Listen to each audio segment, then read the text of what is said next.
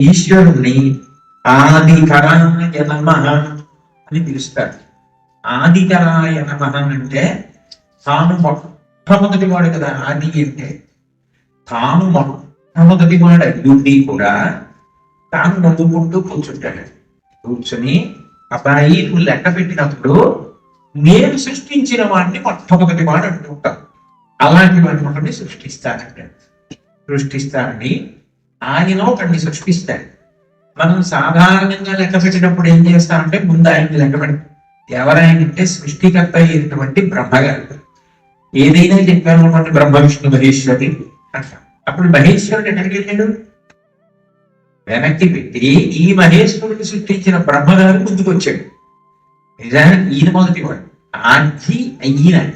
కానీ ఆయన సృష్టిలో ఎంత చమత్కారం చేశాడంటే తన చేత సృష్టింపబడిన వాడు మొదట లెక్క పెట్టబడేవాడిగా మారిపోయి బ్రహ్మ విష్ణు మహేశ్వరుని ముందు బ్రహ్మగారిని లెక్కెడతారు. హిరణ్యగర్భుడు అంటారు. అందుకని ఈ సృష్టిని అంతటినీ ఆయన చేశారని పేరు పెట్టి ఆయన్ని మొదటి వాడిగా లెక్క పెట్టేటట్టు చేసిన వాడు కాబట్టి ఆదికరాయ నమః.